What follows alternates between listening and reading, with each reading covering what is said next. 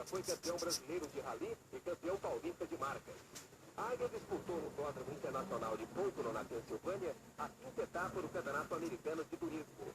Esta é a primeira temporada do brasileiro nos Estados Unidos, que antes da prova estava em sexto na classificação geral do campeonato.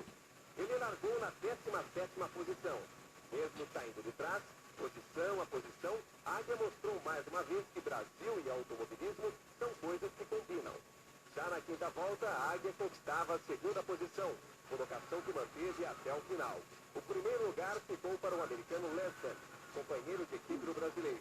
A Águia passou agora para a quarta colocação no campeonato, a apenas 11 pontos do líder Darrell Watts. O que significa para você brigar pelo título logo na sua primeira temporada aqui? Significa muito, porque os carros são todos iguais aqui. Os Golf, Volkswagen Golf são todos idênticos. Então isso coloca o piloto em primeiro plano, e não o automóvel em primeiro plano. Isso me alegra muito, porque no Brasil é um pouco difícil, os carros têm potência diferentes e não equilibra muitos pilotos. Aqui não, os pilotos são todos bons.